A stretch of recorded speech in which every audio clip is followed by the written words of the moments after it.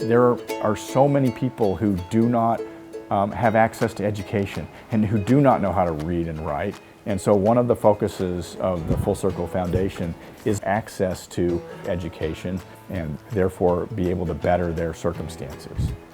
In Nepal, the education program started with the idea that we could send high school graduates to college, to get them the next level of education, and we would support the girls for 4 years through a full college education.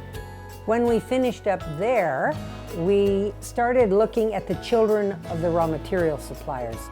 We would do the stipend for their tuition, books, dormitory, and transportation to and from their college.